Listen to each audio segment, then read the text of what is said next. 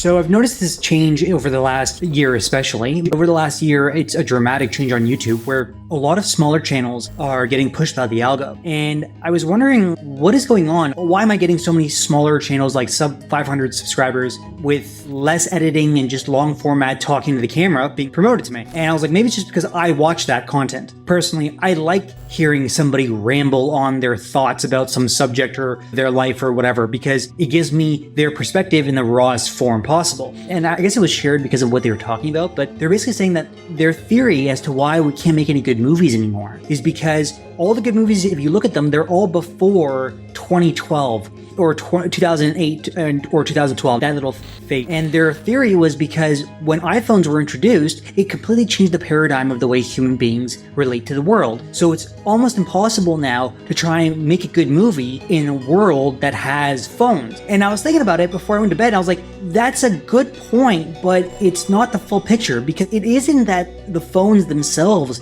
have changed the world, because they have. It's that we are not capable of calibrating to the change happening because it's constantly expanding. Technology has now basically expanded the reach of our mammalian brain. Our brain itself is a very complicated organ, obviously, and it has categories, regions, and subregions. You can basically chunk it down. The simplest chunk being your spinal cord. The top of your spinal cord handles all your unconscious bodily processes, things like your blood pressure, your heart rate, all that stuff. Then you have your middle brain, and your middle brain is like your mammalian brain. All mammals on Earth share this one region of brain activity. Or like dolphins have completely different morphology in their neurology than we do, just because of the activity that they're in. The medium that they're in requires their auditory faculties to establish their visual spatial activity. With us, it's our visuals, even though our auditory plays into it. And then we have our higher order cognitive functioning, our neocortex. But the mammalian brain is fundamentally evolved to handle, in human beings, or in apes especially,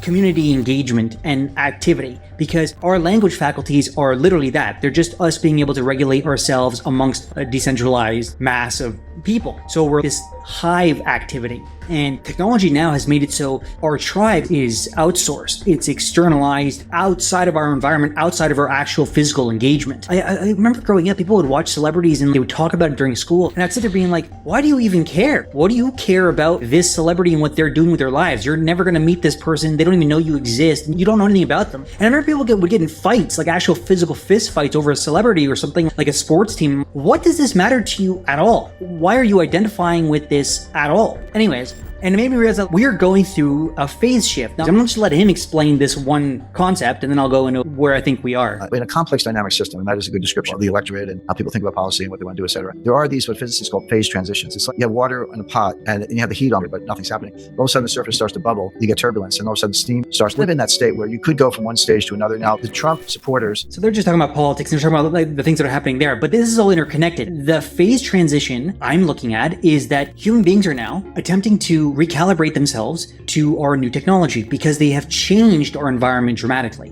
where people are now able to make money online. Orientation in reality is survival and reproduction. Everything else is just a derivative of activities that further your overall strategy of survival and reproduction. So technology has now put us in this new environment where we're able to connect to people way outside of our normal range. Technology has actually expanded our world into this meta construct. Now, this thing is always changing. It's not in any way stabilized, and it's not going to stabilize in the way that it is right now. This is why we're reaching governments and people on the internet are like, you need to have biometric identity tied to your internet activity. Now, normal people look at this being like, why would I do that? Why would I ever let you know who I am? I want to be private on the internet. But to some degree, shape, or form, that privacy is actually disrupting the overall regulating system of the tribe or the collective. So there is going to be some form of framework that comes online that does that, but I think it's more or less going to be self-imposed. I think people are going to choose to identify themselves as, I am this person, I exist on this part of the planet, I exist during this time frame, but right now I'm just online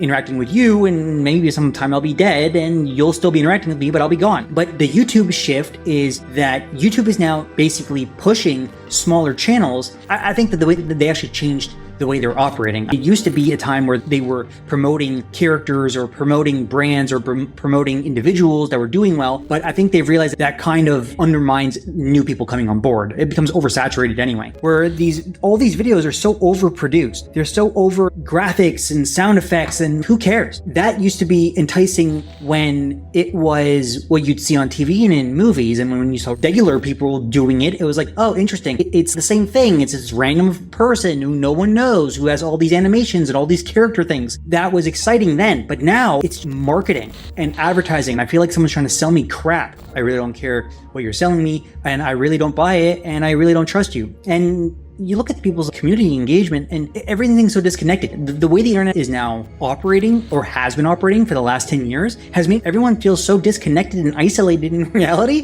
that it's a self-correcting mechanism where everyone's now searching for smaller, slower, less edited, more authentic, more original content of people just making videos like this, posting to YouTube, talking about ideas or their lives. So YouTube's changing, the internet's changing. And I think that this change is going to keep happening until, I really don't think that we're going to have any type of individuals or groups or organizations that solve this. I think that this is going to be an organic shift. I think people are going to self-organize into different categories. The simplest categories right now are viewers and creators, people who consume and view content online, and people who create content for that consumption. You have an entire group of people that are just offline, and that's okay too. We are a collective mass. We might be individuals, but the activity now on the planet has gotten so complex that market operations and group operations are not just unavoidable, but unignorable. And I think that the community mass of people are about to self-regulate. I think this generation of kids watching Gen Z and watching Gen Alpha grow up online, it's going to be really interesting to watch how they view things and how they build things and how they make things. It's changing in 2024, getting a lot of smaller channels pushing, and a lot of people just being authentic online, talking about their lives. And I think that's what's going to grow over time. I think all these AI channels are just the noise.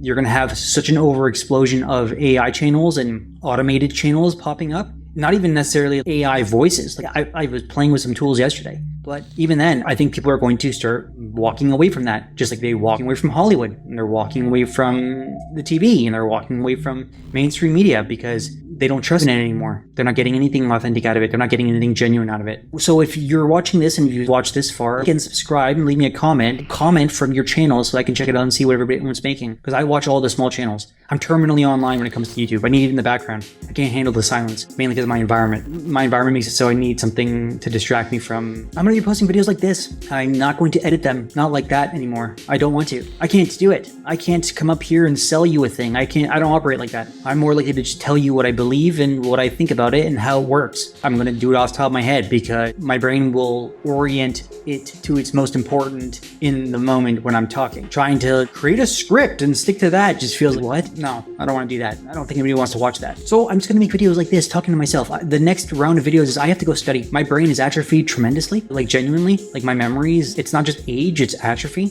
And I've lost focus. Not just focus, but it all feels so meh, and I don't really care, and that's a problem. So I have to go re-spark my curiosity and try and fall back in love with science. So I'm going to do that by reading out loud, because I genuinely need to hear myself say it out loud, otherwise it doesn't connect anything. I have too many thoughts in my head. I'm too squirrel-brained, and I run on too many tangents, and at this point I've gone stupid. So all the tangents that I'm running on are short-circuiting primitive feedback loops. So I'm going to go study NLP right now, because I need to re-spark my curiosity and wondering.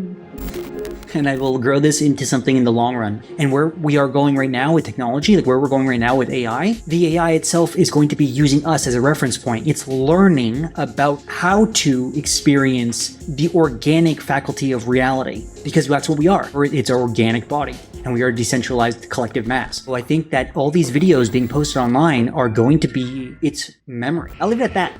See you in the dark matter.